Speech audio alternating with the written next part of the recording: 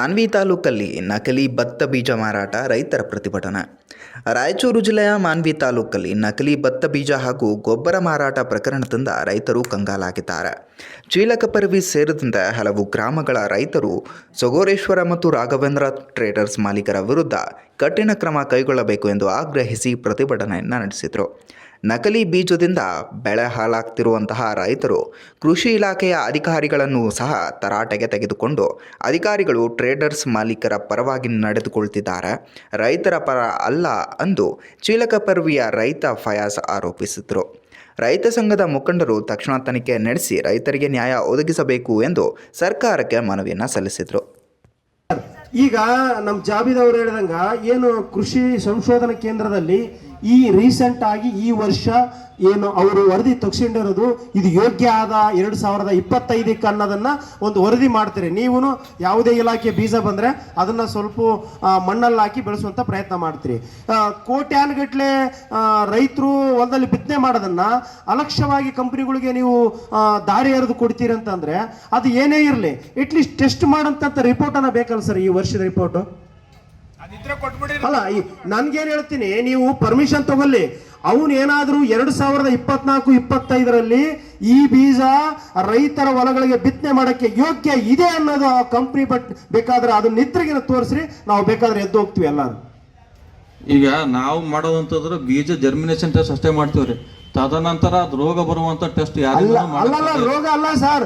ಈಗ ನಾವ್ ಹೇಳ್ತಾ ಇದೀವಿ ಅಲ್ಲ ಸರ್, ಈಗ ನಾವ್ ಹೇಳ್ತಾ ಇದೀವಲ್ಲ, ಈಗ ಹೇಳ್ತಾ ಇದೀವಿ ಆ ಕಂಪನಿ ವಿರುದ್ಧ ನಾವು ಹೋರಾಟ ಹಮ್ಮಿಕೊಂಡಿದೀವಿ, ಆ ಕಂಪನಿ ಬಗ್ಗೆ ಆರೋಪ ಮಾಡ್ತಾ ಇದೀವಲ್ಲ, ಆ ಕಂಪನಿಗೆ ಸಂಬಂಧಪಟ್ಟಂತ ಇಲ್ಲಿಗಲ್ ಆಕ್ಟಿವಿಟೀಸ್ ಎಲ್ಲ ದಾಖಲಾತಿಗಳು ನಿಮ್ಮಲ್ಲಿ ಇರಬೇಕಾಗಿತ್ತು. ಈಗ ನಾವು ಆ ಕಂಪನಿ ಮೇಲೆ ಆರೋಪ ಮಾಡ್ತಾ ಇದೀವಿ, ಆ ಕಂಪನಿ ನಮ್ಮ ಹೊಲದಲ್ಲಿ ಆದಂತ ಏನು ಪ್ರಾಕ್ಟಿಕಲ್ ಅನ್ನ ತೋರಿಸ್ತಾ ಇದೀವಿ. ಹಾಗಾಗಿ ತಾವು ಸಂಶೋಧನಾ ಕೇಂದ್ರದಲ್ಲಿ ಆ ಕಂಪನಿ ತಗೊಂಡಿದೆ ಇಲ್ಲೋ ಅದ್ರ ಮೇಲೆ ಎಫ್ಐಆರ್ ದಾಖಲು ಮಾಡಬಹುದಲ್ಲ ಸರ್. ಯಾವುದೋ ಹಳೆ ಬೀಜ ತಗೊಂಡು ಲೈಸೆನ್ಸ್ ತಗೊಂಡು ಹಳೆ 10 ವರ್ಷ ಹಿಂದಿನ ತಗೊಂಡು ಅವನು ಯಾರೋ ಸ್ಟಾಕ್ ಕೊಟ್ಟು ಲಕ್ಷಾಂತರ ರೂಪಾಯಿಗಳನ್ನ ನಮ್ಮ ಹೊಲದಲ್ಲಿ ಹಾಳು ಮಾಡ್ತಾನಂತಂದ್ರೆ ಅವನಿಗೆ ಕುಮ್ಮಕ್ಕು ಕೊಡುವಂತ ಕೆಲಸ ನೀವು ಮಾಡ್ತಾ ಇದೀರಲ್ಲ, ಇದು ತಪ್ಪಲ್ವಾ ಸರ್? ಇಲ್ಲಿ ಅವನೆಲ್ಲೋ ಒಂದ್ ನಿಮಿಷ ಸರ್, ಅವನೆಲ್ಲೋ ಅಂತಾರಾಜ್ಯದ ಕಂಪನಿ. ನಾವು ಈ ತಾಲೂಕಿನ ಕರ್ನಾಟಕ ರಾಜ್ಯದ ಮೂಲ ನಿವಾಸಿಗಳು. ಆಮೇಲೆ ನಮಗ್ ಒಕ್ಕಲ್ತನ ಬಿಟ್ರೆ ಬೇರೆ ಏನು ಗೊತ್ತಿಲ್ಲ. ನಾವೆಲ್ಲ ಅಮಾಯಕರು. ಈ ಬ್ಯಾಪ್ಟಿಸ್ಟ್ ರೋಗ ಯಾವುದು ಗೊತ್ತಿಲ್ಲ, ಮತ್ತೊಂದು ರೋಗ ಯಾವುದು ಗೊತ್ತಿಲ್ಲ. ನೀವೇನು ಮಾರ್ಗದರ್ಶನ ಕೊಡ್ತೀರಿ, ಯೂರಿಯಾ ಹಾಕಂದ್ರೆ ಯೂರಿಯಾ ಹಾಕ್ತೀವಿ, ಕೀಟನಾಶಕ ಹೊಡೆಂದ್ರೆ ಕೀಟನಾಶಕ ಹೊಡಿತೀವಿ.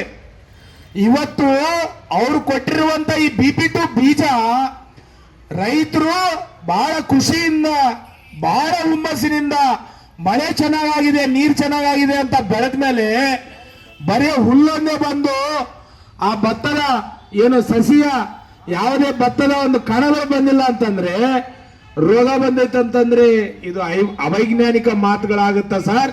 ಇಂಥ ಉಡಾಫೆ ಉತ್ತರಗಳಿಗೆ ಬಾಬಾ ಸಾಹೇಬರ ಸಂವಿಧಾನದಲ್ಲಿ ಚಾನ್ಸೇ ಇಲ್ಲ.